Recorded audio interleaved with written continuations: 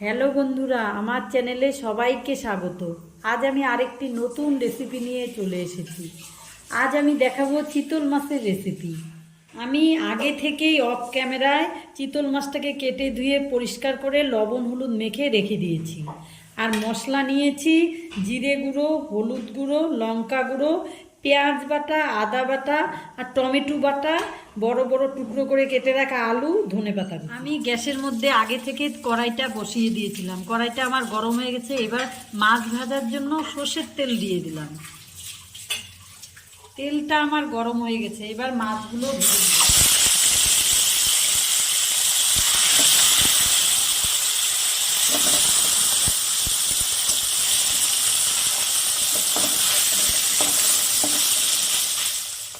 মাছটা আমার এক পাশ ভাজা হয়ে গেছে। মাছটাকে এখন উল্টে দেবো।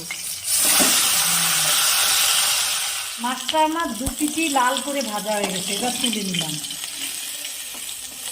এইভাবে আমি বাকি মাছগুলো ভেজে নেব।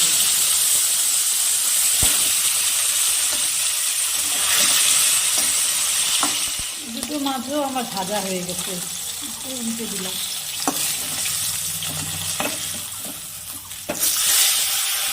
আমার বাকি মাছগুলো ভাজা হয়ে গেছে, তুলে নিলাম। এবার আমি এই বাকি মাছ ভাজার তেলগুলোর মধ্যে আরেকটু সর্ষের তেল দিয়ে দিলাম। ফোড়ন করে নিচ্ছি গোটা জিরে আর দুটো তেজপাতা দিয়ে দিলাম।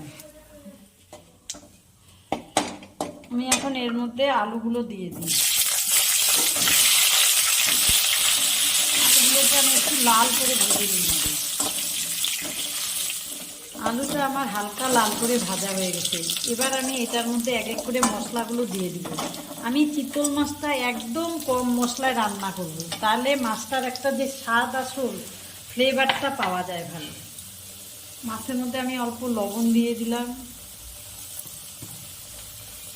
টমেটো বাটাটা দিয়ে দিলাম, একটা টমেটো বাটা, ছোট্ট একটা পেঁয়াজ বাটা দিচ্ছি, অল্প একটু আদা বাটা দিচ্ছি।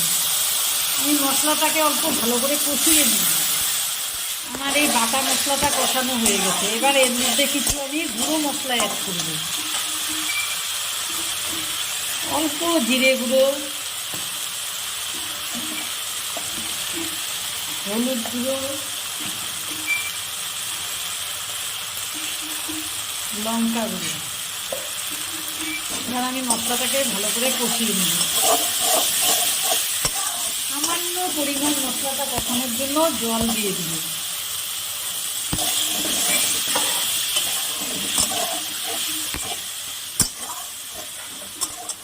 মশলাটা আমার ভালো করে কষানো হয়ে গেছে।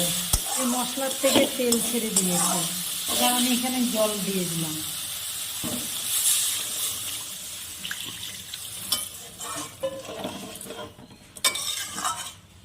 এবার আমি এটাকে ঢেকে দিব।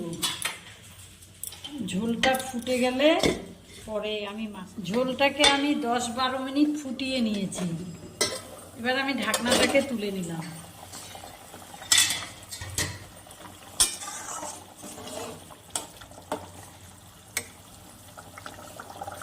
আলুটাও আমার অর্ধেকের বেশি সেদ্ধ হয়ে গেছে। এবার মাছটা দিয়ে দিব।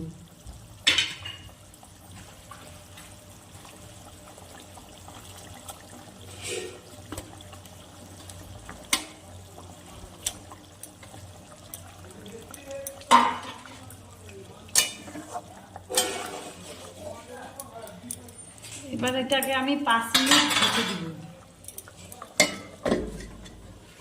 5 মিনিট পরে আমি ঢাকাটা খুলে নিচ্ছি।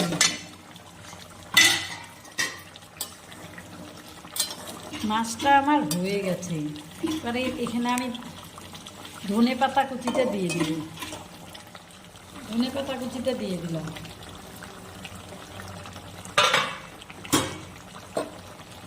তিরিশ সেকেন্ডের মতন ফুটিয়ে নিয়ে নামিয়ে দিব। আমার চিতল মাছের হালকা পাতলা ঝোলটা হয়ে গেছে।